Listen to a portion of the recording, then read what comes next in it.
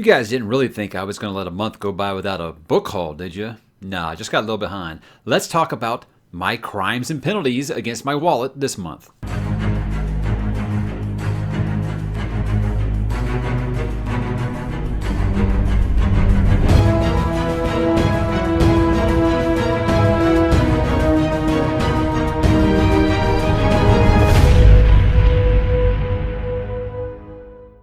Hey, what's up, bookworms and book collectors and pretty much just wasters of your money, as some would put it. Not to me at all. I do not think it is a waste of money. Here today to talk about another book haul video, this time for the month of January. Now, I always joke that each one of these months is probably going to be the last one of these that I do, but as long as I have empty space on my bookshelf, it seems I'm always going to be able to find stuff to add to there. So while I do feel like these get shorter, they're far from non-existent at this point, and they're definitely enough for me to talk about in a video.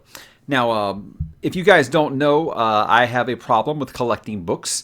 Even if I'm just getting into a series or I plan to read a series, sometimes I'll just go ahead and, why not? Let's just go ahead and look at how much these cost, and I'll go ahead and buy them because, well, like I said, I have a problem. But the problem now is that I'm running out of bookshelf space. My wife will not allow me to basically turn our kids' game room into a library. So I do feel like I have to slow down, but I did kind of complete some series here that I want to talk about. And I talked last month, actually, and the month before about adding to the Expanse collection. Well, I got the last book in the series. So actually, not the last of the series, sorry, the last available book in the series. The last book, I believe, comes out, if not this year, it comes out in 2021. I don't think they have an actual date yet. These guys write so fast that I don't feel like if they want it to come out this year, it'll come out this year. But if you haven't read The Expanse, I did a video right here on why you should read The Expanse. Just balls out amazing science fiction.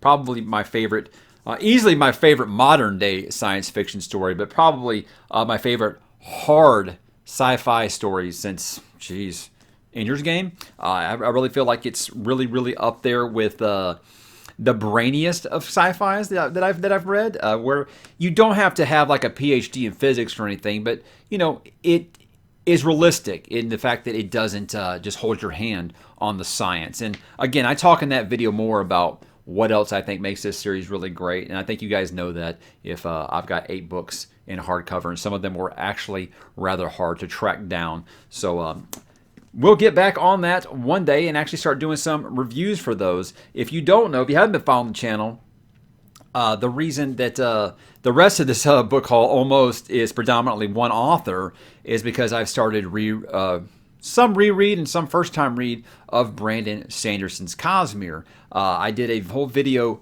right here about my plans to do the entire Cosmere this year, and that meant that there was a few Cosmere books that I didn't have on hardcover yet that I wanted to go ahead and get.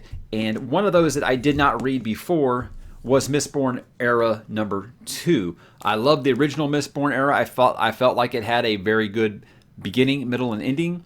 I didn't know that I wanted to keep continuing with that series because I felt like I got everything I wanted and everything else was going to be kind of tainting its legacy, especially when I heard that it takes place hundreds of years in the future.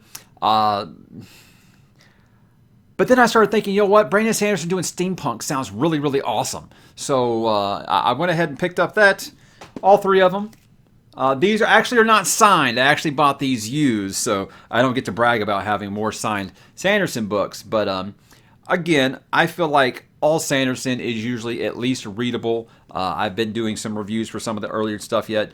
January was a couple that I'm going to talk about in a second. But I will be starting Era 2 of Mistborn starting in April, after Mistborn March, where I'll be doing reviews and why you should read on Mistborn Era 1. I've already read those, so I'm not going to reread them, but I am going to be doing the in-depth reviews for those, and I appreciate talking to you guys about it. One that I did actually get signed, and I talked about it in my Emperor's Soul review, Arcanum Unbounded. This is basically a collection of all of his Cosmere short stories that are not, and novella, there's a novella in here, that are not in the actual books in the Cosmere yet. If you don't know, the Cosmere is what? Elantris, Stormlight, Mistborn, Warbreaker, and Arcanum Unbounded, and White Sand. White Sand is now the only one I don't have, because it's pretty pricey. It's pretty pricey. So I'm still going to keep looking for that. And, you know, I say that as someone who spent $100 by Warbreaker on Leatherbound. But again, a little pricey for me for some graphic novels. But this was a very good collection. It actually is a lot more handsome than I believed. And if you watched my review for The Emperor's Soul right here, then you know how I feel about that. Another one, obviously, if you've been watching the channel, you already know that I got a signed copy of Elantris also to go with that. And guys, if you're wondering how you get these, he sells them on his website. They're not outrageously overpriced. They're really not that much more than what you would pay if you bought a brand new hardcover off Amazon or Barnes & Noble or anything like that. He sells them at a relatively good price when you consider that they are signed, and he ships them to you really fast. So I would recommend, if you guys are looking to dig up Elantris or Arcanum Unbounded or even any of the old Mistborn books, you can get them for a very good price at BrandonSanderson.com. So there's a free plug for you, Brandon, like as if you need it. But I did my review for Elantris. It's right here. So January, the Cosmere is completely done. It is wrapped up now. And we're going to be hitting Warbreaker starting sometime this month after I finish Winter's Heart, which is a Wheel of Time book I will have a lot of thoughts on here soon. I do have a couple more collector's editions that I want to talk about. I don't know if you guys have the sickness that I have, where if you see a really handsome leather-bound book, you kind of almost feel like you have to buy it. Something that I want to do in October, and I've talked on this channel before about Stephen King. I've talked on this channel about H.P. Lovecraft. I've talked about horror just in general. In fact, I talked about Lovecraft right there and why you should read it. I like to talk about horror. I know that a lot of the guys that stick around the channel a lot, the constant viewers as I call them, I know that a lot of those, you guys aren't into horror so much, but I do still like to read and talk about horror so much that I'm not going to just completely stop. So what I'm angling at right now, since my schedule's so heavy with Dresden Files and so heavy with the Cosmere, and any free time I've gotten there, I'm going to try to fit in like Witcher, continuing on the Rhaenyra Chronicles, or Revelations rather, by Michael J. Sullivan, because he wants to come on the channel, but he wants me to finish the series first.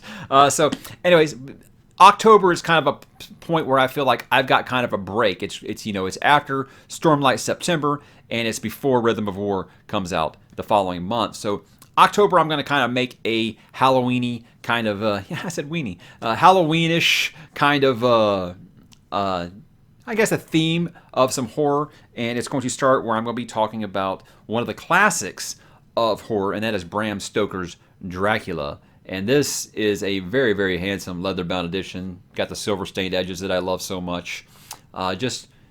If you guys don't know, Bram Stoker, yes, he is very well known for Dracula, but he has some other really great stories. And I'll do a Bram Stoker's video when we get closer to that. And I'll probably also talk about Francis Ford Coppola's 1990s movie of Dracula, because I feel like Bram Stoker's Dracula, that's probably one of the more acceptable adaptations of some classic horror that I've ever seen. And even though I have some problems with that movie, but I'll talk about what I'll probably do, like I did with the Lovecraft video, where I talked about the Color Out of Space, the book, and then talk about the movie. I'll probably do the same with this, but I plan on talking about some other Bram Stoker stuff when I do that video, because like I said, he's most well known for Dracula, but he has a lot of other stuff, and this has like most of his other works in it. So it was a collection that I really could not say no to.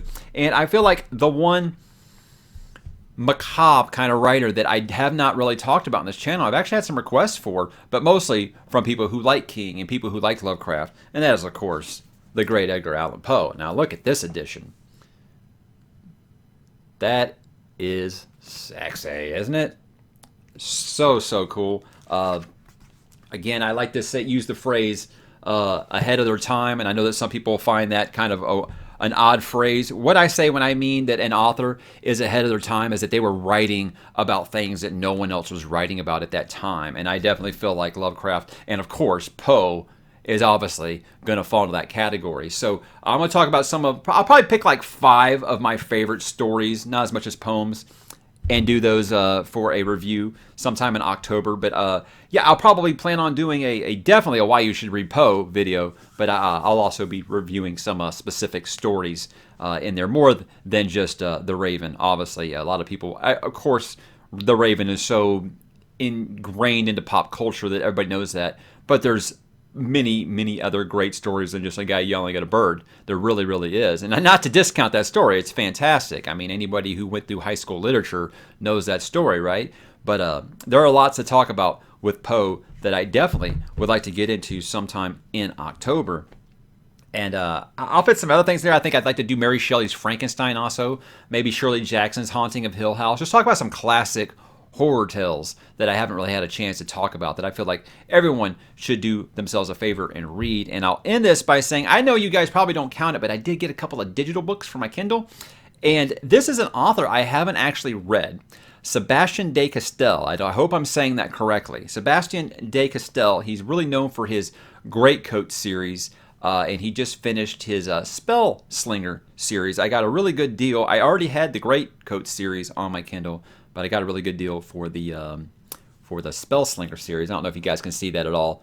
But I now have 10 books by an author that I've never read simply because someone told me, hey, I think you'll like it because it has some Joe Abercrombie-ish style in it. So you say the word Abercrombie and you've usually got my attention, even though I hear that sometimes and then I read that author and I'm like, no, not at all. But people that I trust have been talking about Sebastian de Castell a lot lately. And I knew that I would be interested when I just simply looked the author up on Goodreads, and he's actually holding a fencing sword.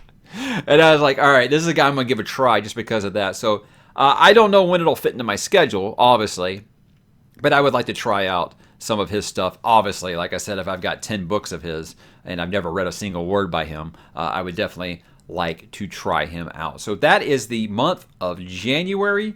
The missing one is I did order a copy of Rage of Dragons for our Rage of Dragons read-along that we're doing that actually ends this coming Monday.